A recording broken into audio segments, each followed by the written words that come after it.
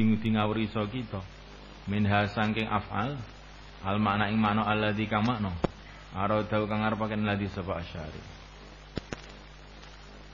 wa hadza utawi iku ma perkara asyara kang isara sapa ing sunilai marang ma di awal kitab ing dalam kawitane kitab ana lafdzul bid'ah temesi lafadz bid'ah ku ja'atu mangko apa lafadz bid'ah fi muqabalati sunnati ing dalem bandingi marang sunnah ing dalem berlawanan karo sunnah. Ana lafdzul bid'ah lafadz bid'ah iku ja'atu mangko apa ya si lafadz bid'ah fi komunikasi dalam berlawanan dengan sunnah. Pak Rasul mangko te Rasul ku yaqulu ngendika sapa Rasul fi hadisi dalam hadis Rasul sallallahu alaihi wa ala alihi wasallam wa alaikum bi sunnati wa sunnatil khulafa'ir rasyidin min ba'di wa iyyakum wa muhdatsatil umur fa inna kulla muhdatsatin bid'ah wa yaqulu kullu amrin laisa alaihi amruna fa huwa rad. Dari segi lafaz, dari segi bayan dengan lafaz. Ini satu poin yang penting kamu pegang. Jadi kalau kita lihat hadis-hadis, maka apakah maknanya bid'ah? Maknanya bid'ah adalah perkara yang berlawanan dengan sunnah. Nah, gitu lah. Karena Nabi mengatakan alaikum bisunati, kemudian wa iyyakum wa muhdatsatil umur fa inna kulla muhdatsatin bid'ah. Berarti apakah yang dikatakan muhdatsatul umur itu ya yang bertentangan dengan sunnati wa sunnatul khulafa'ir rasyidin min ba'di itu. Ya enggak? Maka Nabi itu selalu pertama kali nyuruh berpegang dengan sunnah, setelah itu memberikan peringatan jangan sampai membuat bid'ah. Berarti bid'ah itu apa? Bid'ah itu yang bertentangan dengan sunnah. Apakah bid'ah itu? Ringkasnya itu. Apakah bid'ah itu? Bid'ah itu adalah perkara yang bertentangan dengan sunnah. Karena pertama kali itu Rasulullah itu menyuruh kita berpegang dengan sunnah. Maka tidak mungkin sunnah itu jadi bid'ah, tidak mungkin bid'ah itu sunnah. Iya kan?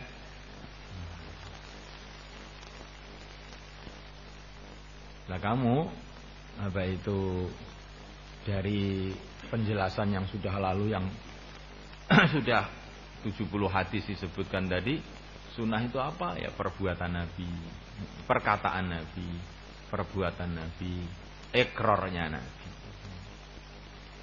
Ya enggak? Dan yang ketiga itu yang ditekankan oleh musannaf, ikrarnya Nabi. Nabi mengikrar 70 perkara dalam 70 hadis itu.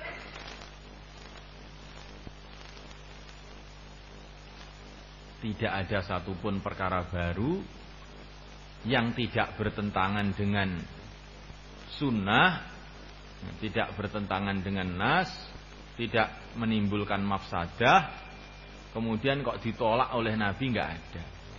Dia telah buktikan dalam 70 hadis kurang lebihnya itu. Semua perkara yang baru diikrar oleh Nabi, kecuali bila ada bertentangan dengan nas atau menimbulkan mafsadah. Kalau tidak, perkara-perkara itu masih masuk di dalam arahan-arahan umumnya Nabi, maka senantiasa diterima oleh Nabi alaihi salatu wassalam.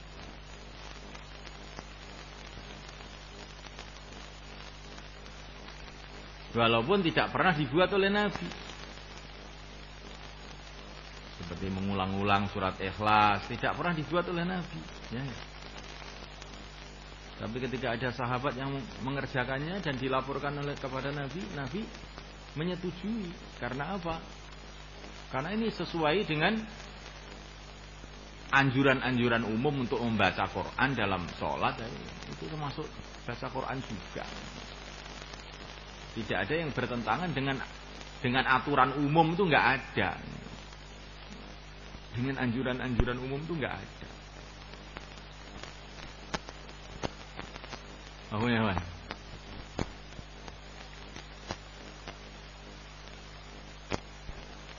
Wa mihnuna lan sangkene panggonan ya tahaddatu dadi terbatas apa makna bid'ah maknane bid'ah al-murati kan dibarak syar'i dalam syarak bahwa utawi makna bid'ah cuma perkara kang nuleni apa sunah Rasulullah. Wa tahaddada lan teman-teman jadi terbatas wis dadi jelas lanang kedue kita ana sunat Rasul sunah Rasul sallallahu alaihi wasallam ya sunat Rasul ku tariqah jalan Rasul alati kang tariqah kana kang ana sawara Rasul ku ala ing atas lati iku li sya'in dalam saben-saben suci wa minalan iku setengah saking sunatu Rasul sunatuhu utai sunai Rasul wa tariqah lan jalan Rasul fima ing dalam perkara yah kang terjadi apa ma wa kaifa kana lan kalih kepriye ana sapa Rasul iku yuqabilu ngadepi sapa Rasul ing mayahdus qabulan kelawan nampa auradan utawa kelawan nolak wakat asbatna lan teman-teman netepake iso kita di ana lan temen sing Rasul iku lam yakun ora ana sapa Rasul yarudu nolak saene siji-siji minal khairi sing kebagusan di dalam yakun ari kalane ora ana apa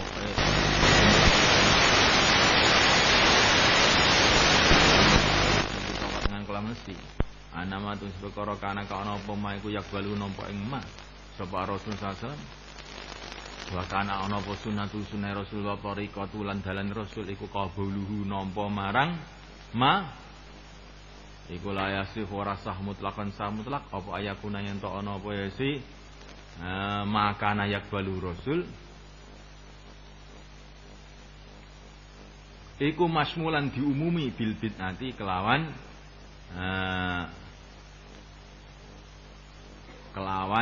nama bid'ah maksudnya bid'ah mazmumah bid'ah yang mazmumah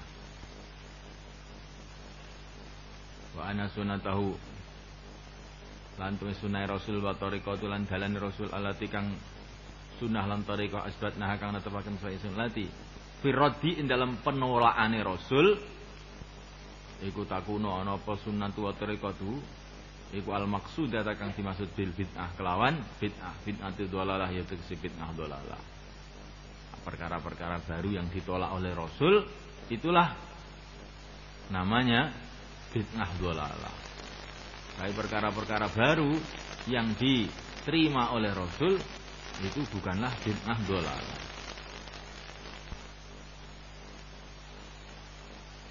Min sunnati Rasul lan sing sunah Rasul wa tariqat dal Rasul. Tata bayanu. Jadi jelas sapa kita mak ing perkara aradahu kang ngarepaken ing masuk asyari-syari minas sunnati sing sunah wal bid'ati lan bid'ah.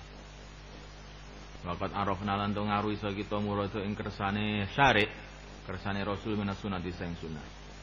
Panastati mongko mampu iso kita ala hadal asas ing atas ikil asas wa ala asasil hadis ing atas dasar pira-pira kejadian ala tiradha kang nolak ing lati sapa Rasul anu hadida yen to batas iso kita lebih tata ibadah ya ana haklan sibin ahi kulo muhdatsin saben-saben perkara kang anyar syahida kang nekseni apa syara lahu marang kulo muhdas birofdi kelan penolakan imalikonihi krana ana kalane krana anane muhdas iku ghairu masyru'in ora disyariataken aslan kalih babar pisan ka sujudi Mu'ad kaya dene sujudi Mu'ad li Nabi maring kanjeng Nabi sallallahu alaihi wasallam awalaisa ora ana apa ya si muhdas iku minal ibadati setengah sang ibadah kakiyami Abi Israil kaya dene ngadeg Abi Israil fi syamsi ing dalem panase srengenge awale koni utawa krana anane muhdas iku sodama bertentangan apa muhdas nahyan ing larangan kata sisi yaumil jumati kaya dinasikin surat disiamin kelan poso autara tabat utawa dadi berakibat ngale muhdas apa mafsadatun mafsadah karohbanati kaya dene kependetaan lima kali kriya tarotabu kang berakibat ngale ngatasé rohbanah min dia'e wajibatin ukhra sangka kesiasane kewajiban kang liya lizaujati kanggo bojo wal aulati anak wal mustamati lan masyarakat kami sedalan iku nyepadani marang bid'ah kang wis nutur Al amalu uta yang amal fil hadisil maudhu' lan hadis maudhu'. Lima keren ya tarata tukang dadi berakibat ngaling ngatasi amal fil hadis maudhu' min nisbati saya nisbataken hadis maudhu' ila Rasulullah sallallahu alaihi wasallam. Kadiban kalih goroh. Awi ziyadati utawa nambahi alama ing atas perkara hadau kang batesi masuk asyara musyara.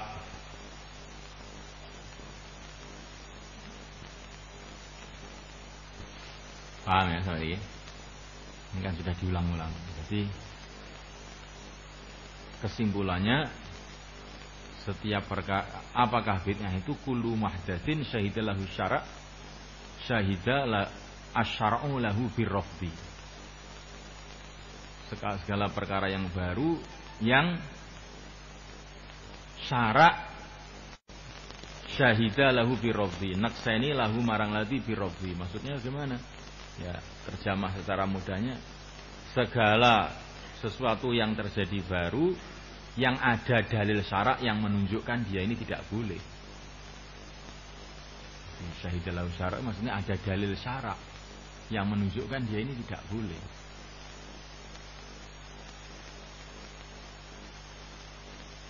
Jadi kalau orang itu akan mengatakan bid'ah itu harus dicari dulu apakah ada dalil syarak yang menunjukkan dia tidak boleh.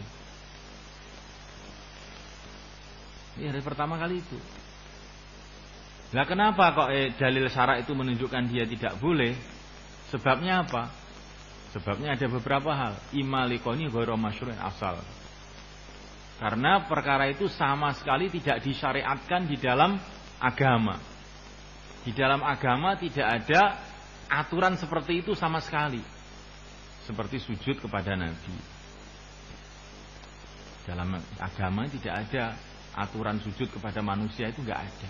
Atau kepada makhluk itu. Maka kalau orang beribadah dengan cara ini berarti dia ini ibadah dengan perkara yang sama sekali tidak ada di dalam syarak. Aulaisa minal ibadah, atau ibadah yang atau perbuatan yang bukan termasuk ibadah. Namanya ibadah itu kan taqarrub kepada Allah Subhanahu wa taala atau dengan cara-cara yang telah ditentukan.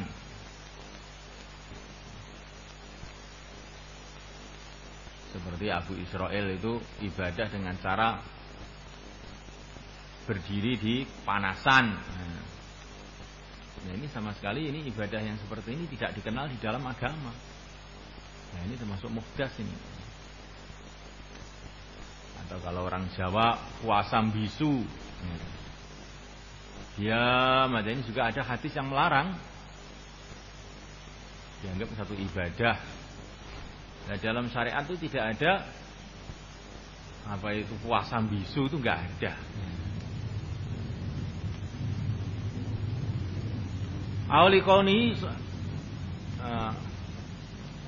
Aulikoni sodama nahyan ka takhsis yaumul jumat bi siyamin, atau memang ada nas yang melarang seperti mengkhususkan hari Jumat dengan puasa.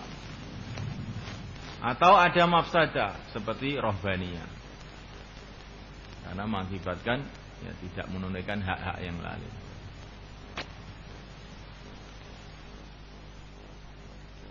Paham sampai sini?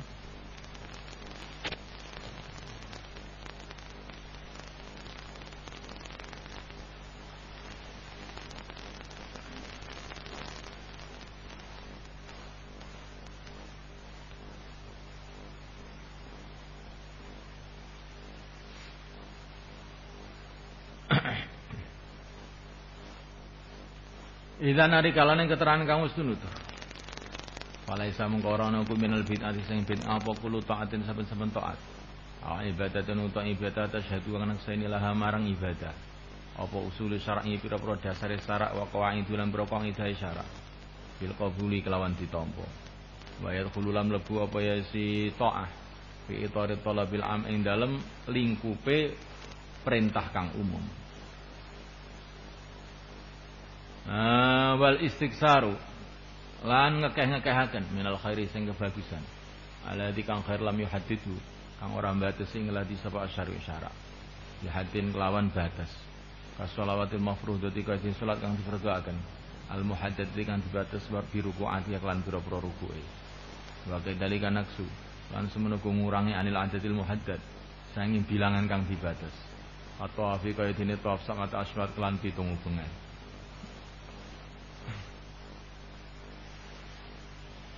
Faziyadatu mongko te nambahi fima ing dalem perkara hajatahu kang batesi ing masab asyara syarat iku kan nuksoni kaya dene ngurangi minhu saking ma hajatahu syara yadkhulu mlebu apa ya si ziyadah fi mukhalafatil masyru' ing dalem nulayani marang perkara kang disyariataken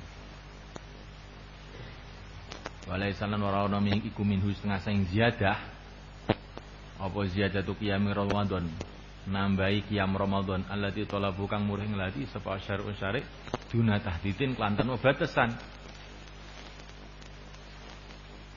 Dadi nek salat subuh mbok tambahi sak rakaat iki jenenge apa kuwi nambahi perkara sing dibatesi dening syara'.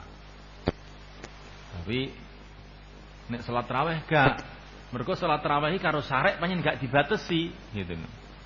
Man qoma Ramadhana imanan wa ihtisaban. Ditambahi lagi as-shalatu khairu maudhu' faman syaa'a falyusir wa man syaa'a falyuqlil. Maksudnya salat sunnah di sini ini. Jadi kalau syarak itu tidak membatasi, maka kita ini menambah mengurangi boleh aja. Tapi kalau syarak ini membatasi, maka kalau mengurangi atau menambahi namanya mukhalafatun lil masyru'. Paham? Kama kaitine perkara zatakan nambahi satu para sahabat bi ing dalem qiyam Ramadan. Waqat sabaqalan sing napa bayanu penjelasane. Wala yu'aridulan ora nentang zalika ing mengkono nambahi qiyam Ramadan. Apa ana rasul temen rasul. Wala yu'aridu ora bertentangan apa zalika nambahi apa ana rasul temen rasul. Bukan ana rasul fi qiyamihi ing dalem qiyam rasul. Iku yaltazimu netepi sapa rasul adatan muayyanan ing bilangan kang tertentu. Liana hadza karena temen sune iki lah iltizam iku laisa ora ana apa hadza iku minat tahdise pembatasan. Fakat sabata mongko tentu ambo anahu temen sing kanjeng Nabi iku kot yang kusu terkadangan ngurangi sakanya Nabi anhu saking adat muayyan. Waqat yaqdihi lan terkadangan nekani sakanya Nabi ing qiyam bi aksara kelawan perkara kang luwih akeh ida nama arikalane sari sakanya Nabi anhu ninggalaken qiyam.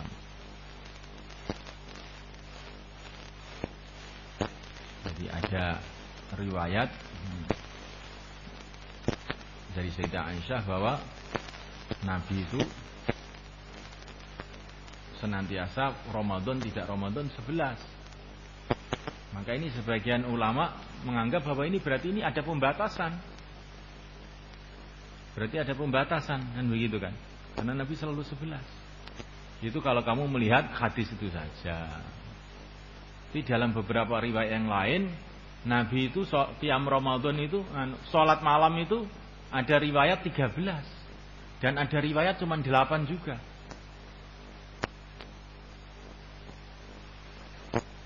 Jadi kalau maksudnya hadis Aisyah Nabi itu selalu 11 itu fil ghalib. Kesimpulannya begitu. Karena Nabi itu kadang-kadang keluar, kadang-kadang di rumah yang lain, rumah beliau ini 9 ya. Maka kata-kata Sayyidah Aisyah bahwa Nabi selalu 11 itu ya menurut yang dilihat oleh Sayyidah Aisyah. Tidak bisa ini dijadikan aturan umum. Karena ada riwayat Nabi itu sholatnya itu cuma 13. Bahkan ada riwayat yang 9. Ini ditahqiq oleh beberapa ulama.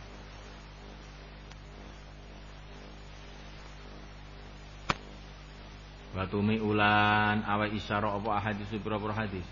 Ila anahu marang sakjane Nabi qad yazidu tem kadang-kadang nambahi sakjane Nabi bil ashril awakhir ing dalam 10 ka akhir min Ramadan.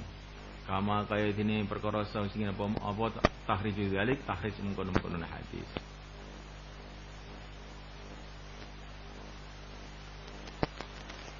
Wa min hunalan saing kene panggonan nak lamun ngawrisa kita ana tahdida ba'dhim teng sing oleh batas sebagiane ulama lil bid'ati marang bid'ah fi anha kelan sini bid'ah iku aziyadatu nambahi fitine ing dalem agama ba'dal ikmal sause nyampurnaaken iku takrif kan iku takrif mughalatatun utai kekeliruan li ana mughalatah utai mughalatah ki anu perkara sing menimbulkan jenenge mughalatah. Saka ghalat. Lana ukron temen stune takrif iku inuri dalam dikarepaken. Lawan takrif apa jingsul ibadat jinise pira-pira ibadat. Maka jaat monggo teman-teman tumeka apa kuluha sekabehane ibadat. Binususidin kelawan nas-nasi agama al khassati kang umum wal amati lan kang al khassati kang khusus wal amati lan umum. Wa inuri dalam wonten karepaken apa alayu malah yen to ora kena dilakoni apa ila bima kejaba kelan perkara sabata kang wis tetep fi'luhu perbuatan nglakoni ma bi khususi sang Kanjeng Nabi maksude bi khususi sa khususe ma wa haati lan tingkae ma pamangkudun mongko makna iki dirusak bi sunnati rasul kelawan sunah rasul wa tariqatilan dalan rasul alti amarona alati umirna kang diperintah so kita masuk lan gondelan biha kelawan sunnatur rasul wa tariqatul khulafa'i rasyidin sahabah lan dalane para khulafa lan sahabah wa tariqatul mutadalane khulafa lan sahabah ya tariqah iku tariqatur rasul dalane rasul wa yushiru lan isyarah sapa al mu'arifu wong kang memberi takrif bi qaulihi kelan pengendikane mu'arif ba'dal ikmal ila qouli ta'ala al yauma akmaltu lakum dinakum.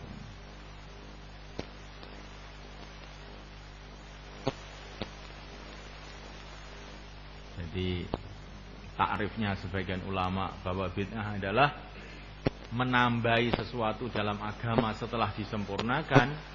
Maksudnya yaitu al yauma akmaltu lakum dinakum, ini ada mughalatah. Ini ada suatu perkara yang tidak jelas.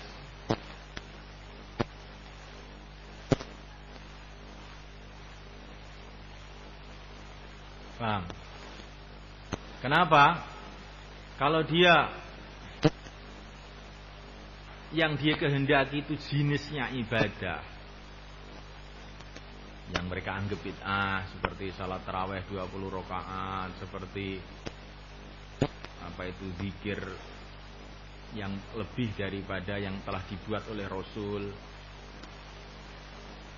ya toh? Amalan-amalan yang tidak dibuat oleh Rasul tetapi diamalkan oleh para sahabat, diamalkan oleh khulafaur rasyidin. Kalau yang dimaksud itu seperti itu, ya, kalau yang dimaksud itu nambahi agama setelah sempurna, itu yang dimaksud itu perkara-perkara itu mau kamu anggap bid'ah, jenisnya ibadah itu kamu anggap bid'ah, ibadah secara umum yang tidak dibuat oleh Nabi itu kamu anggap bid'ah, maka ini tidak saya terima. Karena apa? Ibadah secara umum itu diperintahkan oleh Allah. Bagaimana kamu tambahkan nambahi? Wong itu semua juga maksud saya juga mengamalkan perintah Allah.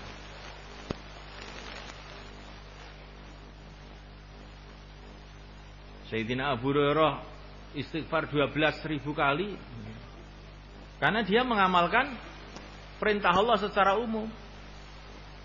Suruh istighfar, man lazimal istighfar ja'alallahu lahu min kulli hammin faraja. Ya enggak?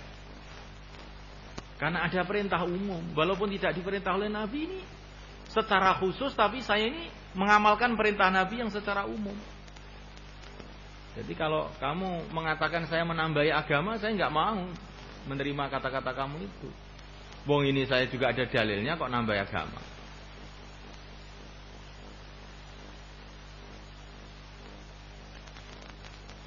Ya, ini yang pertama. Jadi kalau kamu yang kamu maksud itu adalah apa itu jenisnya ibadah secara umum, di mana maksudnya kamu akan membid'ahkan ibadah-ibadah yang tidak pernah dibuat oleh Nabi, tetapi diarahkan oleh Nabi, maka saya tidak bisa menerima takrif kamu ini. Karena semua ibadah-ibadah yang dikerjakan itu tadi berdasarkan perintah Nabi juga.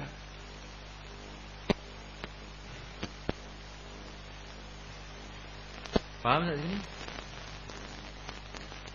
Lah kalau yang kamu memaksud itu semua ibadah yang tidak dibuat oleh Nabi adalah ditolak, maka ini mangkut. Penjelasan kamu ini adalah mangkut, maksudnya tertolak. Kenapa? Tertolak? Karena itu bertentangan dengan caranya Rasul sendiri. Pertama, bertentangan dengan sunnah Rasul sendiri, di mana Rasul selalu menerima ibadah-ibadah yang dibuat baru oleh para sahabat, yang sesuai dengan arahan beliau secara umum, walaupun tidak dibuat oleh Nabi secara khusus. Bertentangan dengan sunnahnya Rasul. Jadi kalau yang kamu anggap bid'ah itu adalah segala sesuatu yang tidak dibuat oleh Rasul, maka takrif kamu itu bertentangan dengan Rasul sendiri. Karena Rasul tidak menolak segala sesuatu yang baru yang beliau tidak buat. Nah, yang kedua bertentangan dengan sunnah Khulafaur Rasyidin, di mana para Khulafaur Rasyidin juga membuat hal-hal yang baru yang tidak dibuat oleh Rasul. Seperti tarawih 20 rakaat, seperti azan 2 kali, seperti macam-macam yang diceritakan dulu. Bukan hanya itu saja, itu bertentangan dengan sunnahnya para sahabat. Termasuk sahabat Bilal, termasuk sahabat yang terus wudu itu, termasuk sahabat siapa itu? Abu Hurairah yang zikir 12.000, termasuk sahabat Abdullah bin Rawahah yang membuat halakoh mudzakarah di mana-mana itu.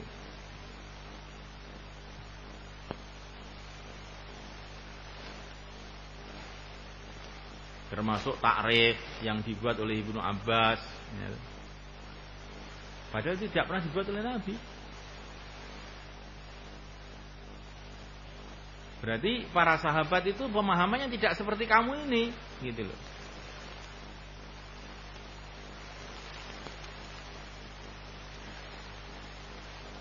Coba sampai di sini ini kamu ada yang iskal apa enggak?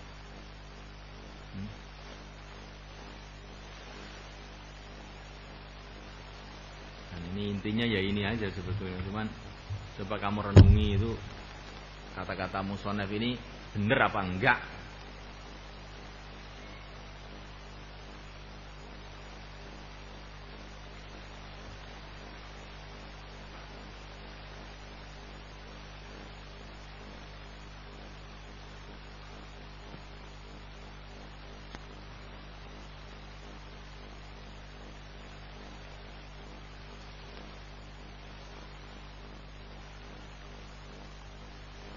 Mau ya, Wan?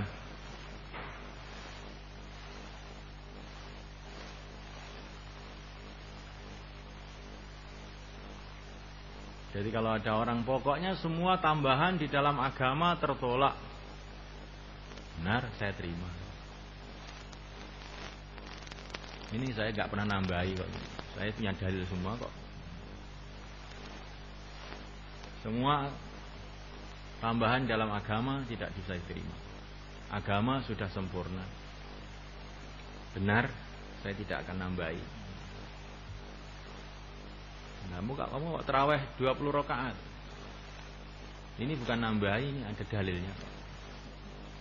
Dalilnya apa? Waalaikumsalam sunnati sunnatul khulafair rasyidin. Ini enggak nambahi. Ini ada dalilnya.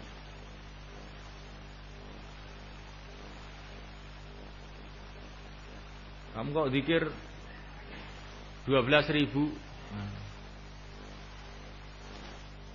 19.000, 100.000. Dalilnya apa? Wa dzakirinallaha katsiran. Itu katsira apa tidak 100.000 itu? Kalau kurang banyak tambah lagi. Ya. Saya ada dalilnya kok, wa dzakirun katsiran. Justru kalau kamu mau melarang, nah itu saya minta dalilnya apa? Apa ada Quran hadis yang melarang zikir lebih dari ini, zikir lebih dari ini? Yang ada zikirlah 33, 34, 100. Tapi karena Rasulullah SAW yadkurullah fi kulli ahyani, nggak ada batas. Dalam satu hadis, hadisnya Thauban itu, Nabi itu malam habis Isya selalu baca tasbih subhanallah, subhanallah. Nggak ada hitungannya sampai Thauban itu tidur di depan pintu. Itu ada batasannya apa enggak?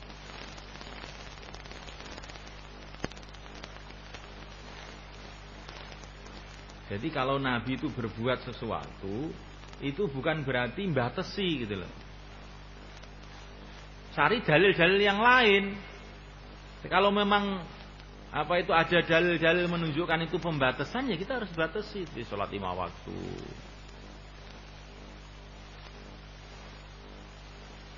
Seperti zakat, puasa. Ya kalau gitu ada dalil menunjukkan pembatasan, kita batasi. Tapi selagi tidak ada dalil yang menunjukkan ada pembatasan, ya kita jangan batasi. Justru membatasi itu namanya ziyadah fiddin jadinya.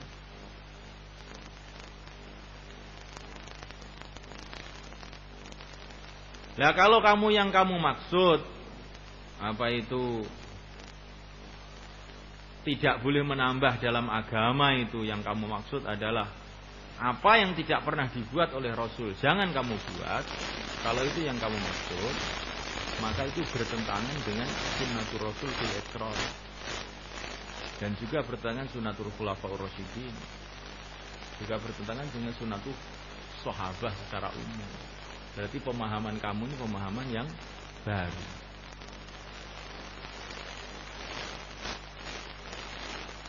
Sampai sini paham ya?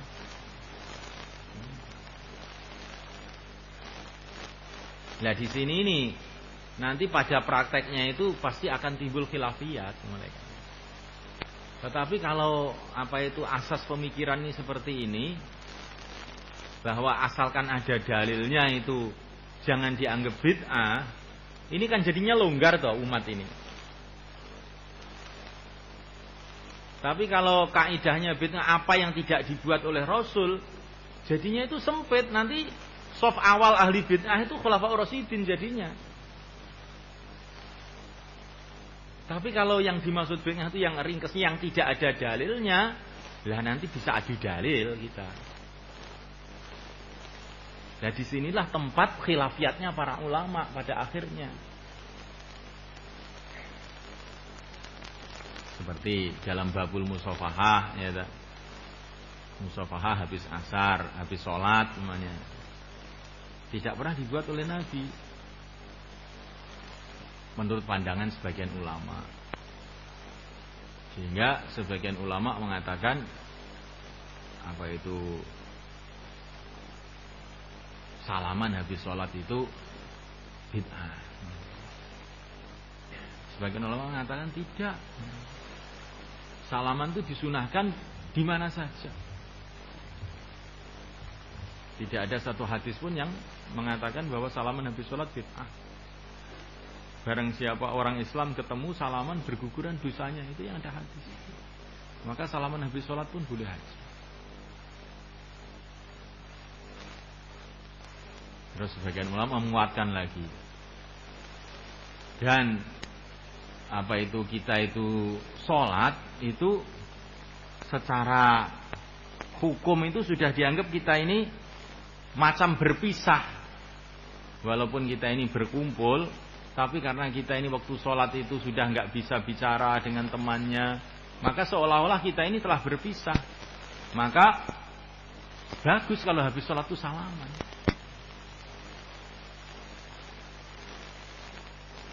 Sebagian ulama mengatakan itu.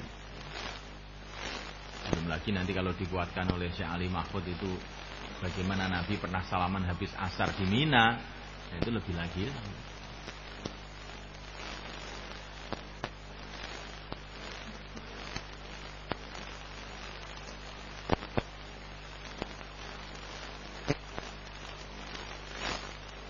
Jadi di sini nih bukan berarti terus los, gitu. Los maksudnya wes berbuat atau sak senengmu, pokoknya sih penting apik, gak ngono kan. Harus pakai dalil juga kalau berbuat apa-apa itu, gitu.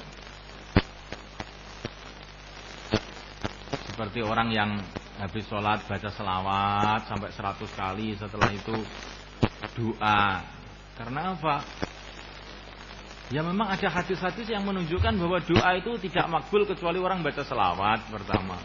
Yang kedua kali ada hadis yang mengatakan bahwa kalau orang itu baca selawat 100 kali maka akan ditunaikan hajatnya 70 kali, 70 hajat. Maka saya ini sebelum doa baca selawat. Jadi kan ada dalilnya tuh.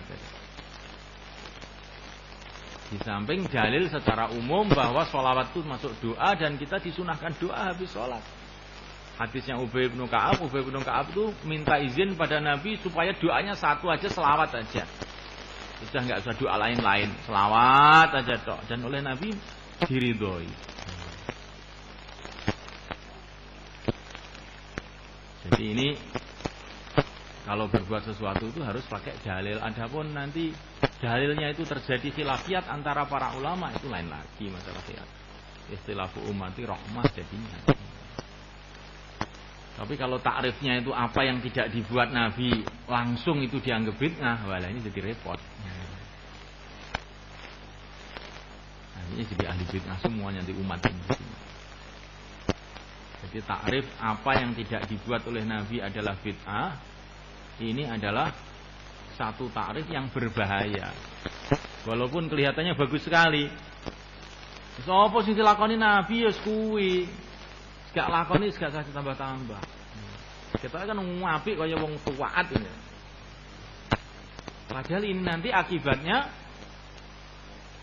bertentangan dengan sunnah Nabi sendiri, dan kamu akan menjadikan para sahabat sebagai ahli bid'ah semua jadinya. Karena para sahabat itu selalu mengikuti khulafaur rasyidin. Kayak bid'ah kabeh di sini. Si melok wong ahli bid'ah kan melok bid'ah kabeh di sini. Mau ya kan? Ini perlu kamu renungi betul-betul.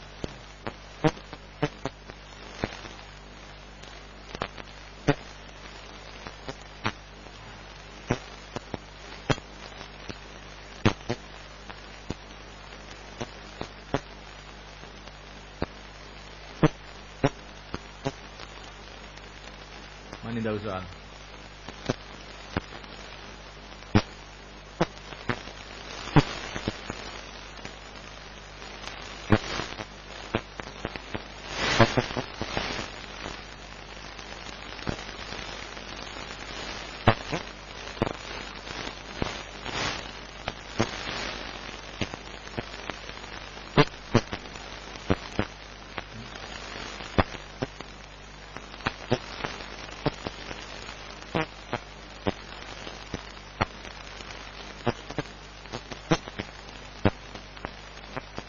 Kalau dalilnya benar ya, kalau dalilnya nggak benar jangan diterima. Contohnya,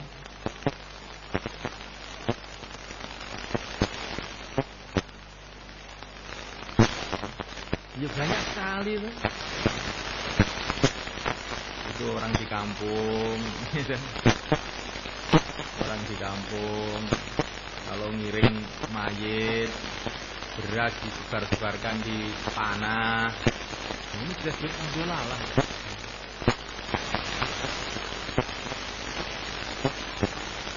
Kenapa harus dikatakan bid'ah dolalah? Pertama kali karena ini niru-niru orang Hindu. Kedua kali ini membadirkan beras, yang beras dibuang-buang di jalan.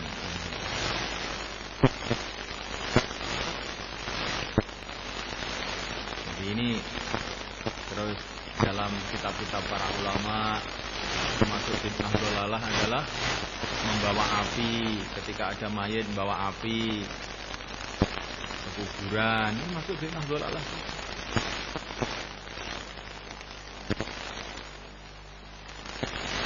Maka kalau kamu melihat apa itu kitab-kitab ulama dulu,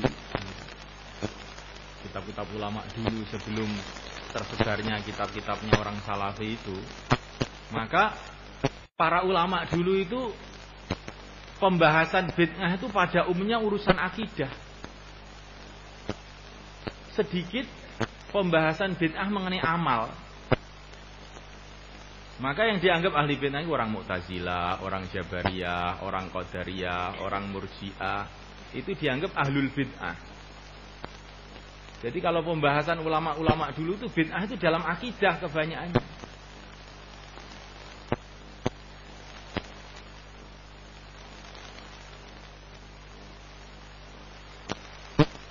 Jadi orang Mesir, ya, itu orang Mesir itu kalau ziarah kubur itu dengan cara yang aneh sekali itu, sehingga banyak sekali ditentang oleh para ulama, dianggap bid'ah dhalalah. Mereka kalau ziarah seperti tawaf, jadi putar begitu. Yang mestinya sunnahnya itu adalah apa itu menghadap kepada wajah mayit itu, kemudian salam, doa, sudah. Ini kuburan dianggap seperti Ka'bah. Nah, tentu saja ini bertentangan dengan masyru' ini. Mau bikin Ka'bah kedua ini jadinya. Ya, ini banyak di kuburan-kuburan di Mesir itu. Bahkan kuburannya memang dibentuk seperti itu, dibentuk seperti apa itu segi empat begitu. Sehingga orang itu apa itu putar seperti Ka'bah itu. Nah, tentu ini adalah satu bid'ah dhalalah. Karena tawaf itu hanya di Baitullah saja, tidak boleh tawaf tempat lain.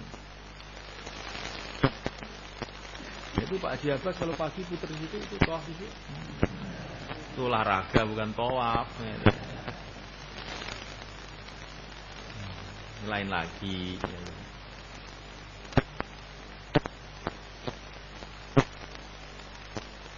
Jadi memang benar apa yang kamu katakan itu. Pembahasan-pembahasan mengenai bid'ah itu jadi sedikit. Kalau dengan takrif seperti ini. Sebaliknya kalau dengan takrif yang dikembangkan oleh orang-orang Salafi ini, bid'ah jadi banyak sekali. Bahkan jadi bid'ah semua jadinya.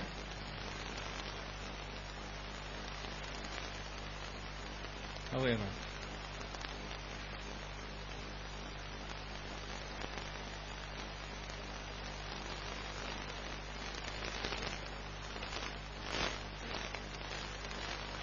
Dan memang ini arahnya ini ya namanya istihad ya. Namanya istihad itu kan man istahada fa akhta'a falahu ajrun. Wa in asaba falahu ajrun. Tapi istihad yang seperti ini kan akhirnya jadi memudahkan rukunnya umat Islam loh jadinya. Ya. Di mana rukunnya umat Islam ini termasuk perkara yang diperintahkan dalam agama, wa'tasimu bihablillahi jami'a wa la tafarraqu. Jadi kalau permasalahannya itu sudah dipandang itu masalah khilafiyat, bukan masalah yang terus kullu bid'atin dhalalah wa kullu dhalalatin finnar, jadinya itu kan jadi ringan. Kalau sudah masalah khilafiyat, salah juga dapat pahala, benar dapat pahala double. Jadi akhirnya kita ini mudah untuk jadi bersatu dengan jadinya itu.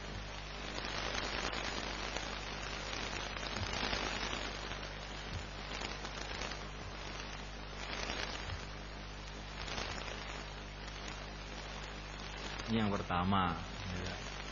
Kemudian yang kedua yang perlu, walaupun ini ada kelonggaran-kelonggaran seperti ini, kita ini orang-orang awam ini jangan coba-coba jadi mujtahid mutlak,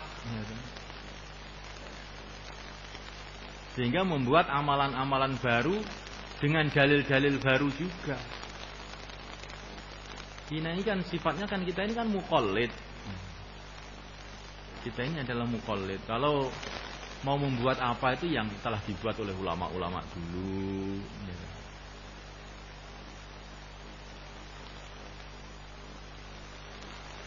Berarti Imam apa itu dalam kitab-kitab fikih sendiri ketika membahas talqin, maka para ulama mengatakan talqin tidak ada hadis yang sahih, hadisnya dhaif semua. Tetapi ini sudah diamalkan oleh para ulama sejak zaman dulu tanpa ada yang mengingkari. Maka fatwanya ulama yang sudah berkurun-kurun itu dianggap menguatkan terhadap hadis yang dhaif tadi. Jadi terus jangan los terus sak penake bikin dalil. Tidak. Ya, nanti ikut P3 itu juga ada dalilnya kok Pak. Ya. Wa bin najmihum yahtadun. Ikut PDI juga ada dalilnya, innallaha ya'murukum an tadhbahu baqarah. Ya. Nah ini namanya pelecehan namanya. Ini tidak apa itu tidak benar ini. Ini termasuk saya khawatir termasuk yashtaruna bi ayatillahi tsamanan qalila itu. Karena fatwa agama untuk mencari duit itu.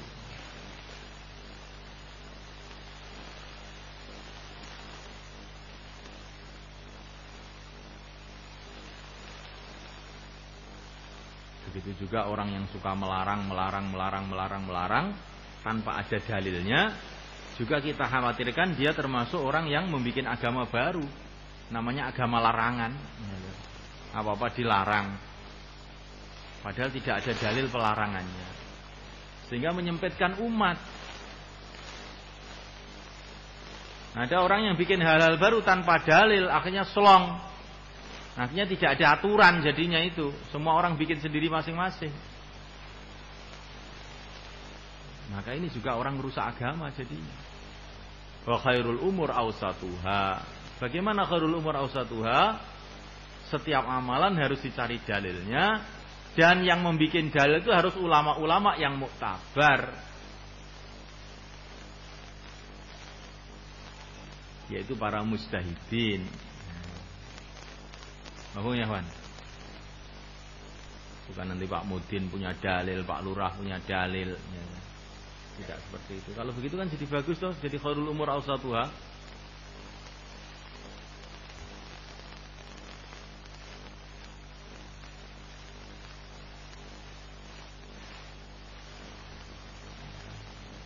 Mau enggak? Iya kan?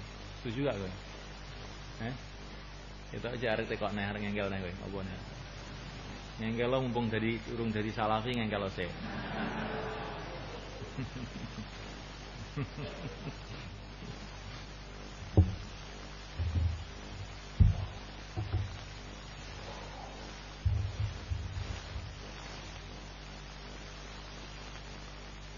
Iki berpikir kok Kang monggo nek gak gelem tekok nang kene, akhire kowe ngrasani ning mburi, ngono ki ra ya pendapat. Lah kowe butuh pendapat, ya padha ae pendapate. Kowe iki ra wis ngaji macam-macam supaya awake dhewe iki man alima katsira ghafara katsira ngono lho Kang pemikirane iki. Tapi aja slong, nek slong dadi jil kowe engko, ngeten. Akhire kabeh oleh, nimbah watu ya oleh.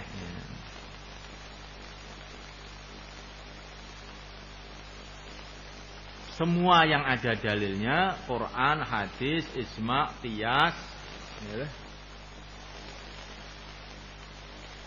Ini kan sudah jumhurul ulama kan dalilnya kan 4 itu toh, Quran, hadis, ijma', qiyas ini kan sudah diterima oleh jumhurul ulama. Bukan Ali Mahfud saja.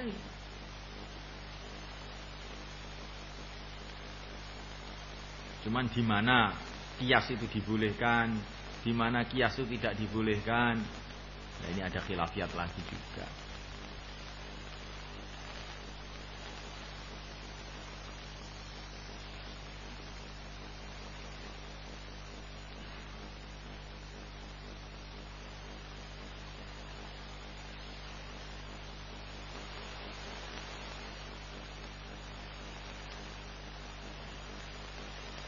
ada seorang ulama itu mengatakan, kalau Allah Subhanahu wa taala itu memang yang diridhoi dalam agama itu tidak boleh ada perbedaan pendapat.